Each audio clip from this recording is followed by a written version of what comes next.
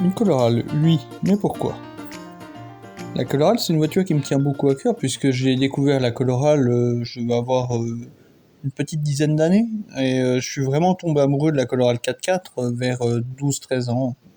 Le but de cette voiture, ça sera une utilisation pour du raid, tout simplement, puisque je suis un passionné de raid, de tout-terrain et de chemin, off-road, etc. en général.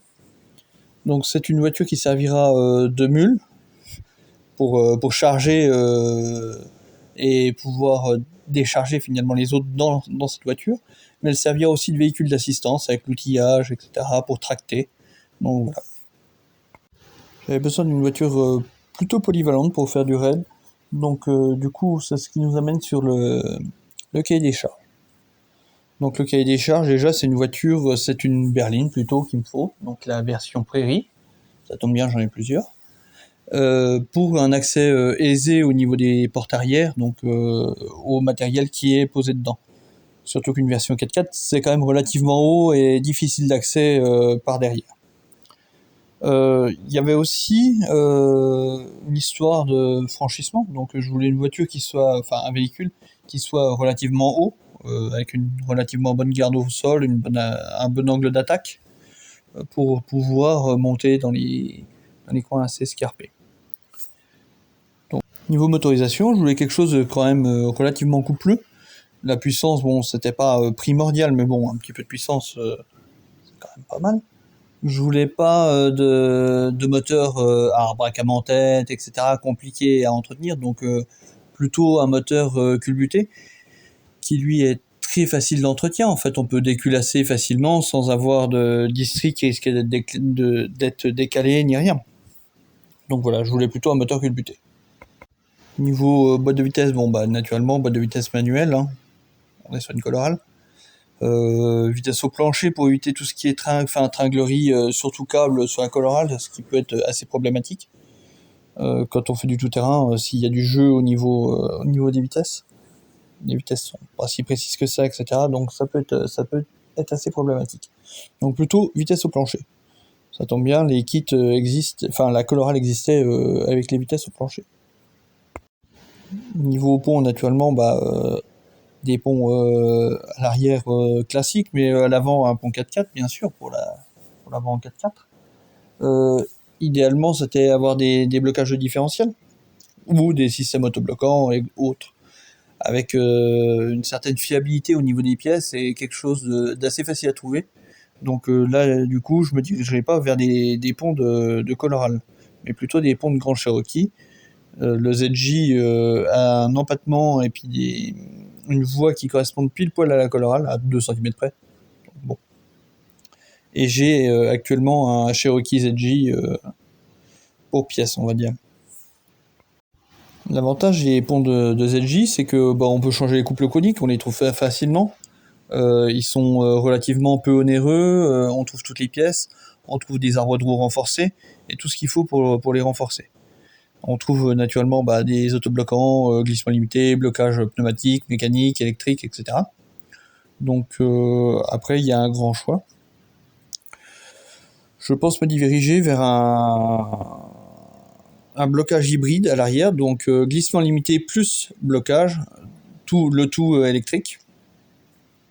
Et vers l'avant, à l'avant, plutôt sur un système à glissement limité ou autobloquant. Pas de blocage mécanique ou électrique. Au niveau de la carburation, puisque cette voiture est destinée à faire du raid dans des pays quand même assez lointains, avec des carburants qui ne sont pas forcément très réguliers en indice d'octane, etc., j'ai prévu d'utiliser une injection. Donc l'injection, elle a l'avantage de s'auto-réguler, on va dire, suivant la qualité du carburant. Donc j'ai prévu d'utiliser une injection Fitech. Donc c'est américain et ça s'autorègle grâce à la sonde lambda. Ça permet de passer des carburants de plus ou moins bonne qualité avec des pourcentages d'éthanol plus ou moins élevés, et le tout autorégulé. Puisque c'est un véhicule qui va quand même parcourir pas mal de kilomètres, etc., qui risque d'être beaucoup chargé ou de tracter, etc., le pont avant de Cherokee, de Grand Cherokee, là dans mon cas, permet justement l'usage de frein disque. Et là, je pense que je vais pas m'en priver. Par rapport aux tambours qui ont du mal à sécher une fois qu'on est passé dans l'eau, etc., le disque a que des avantages. Pour l'arrière, le Grand Cherokee que j'ai possède les freins disques. Donc c'est pareil, je vais les utiliser. Ça sera, on va dire, bénéfique au niveau du freinage. Le freinage sera assisté avec un servo-frein, comme sur les voitures modernes, et moins modernes d'ailleurs, puisque notre 204 de 69 est équipé aussi d'un servo-frein. La direction sera assistée avec le boîtier du Grand Cherokee probablement. Les pneus, naturellement, ça sera du 756 comme à l'origine. Le tout monté sur des jantes, on va dire, plus ou moins modernes. Parce que, naturellement, on ne trouve pas le bon anthrax pour les ponts de Cherokee par rapport à la Colorado. C'est un peu malheureux. J'aurais bien aimé des jantes de Colorado, mais ça n'est pas possible. Voilà, bon bah le reste, en gros, il n'y a pas d'énormes modifications dessus. Par contre, c'est un projet qui va être assez sympa, je pense.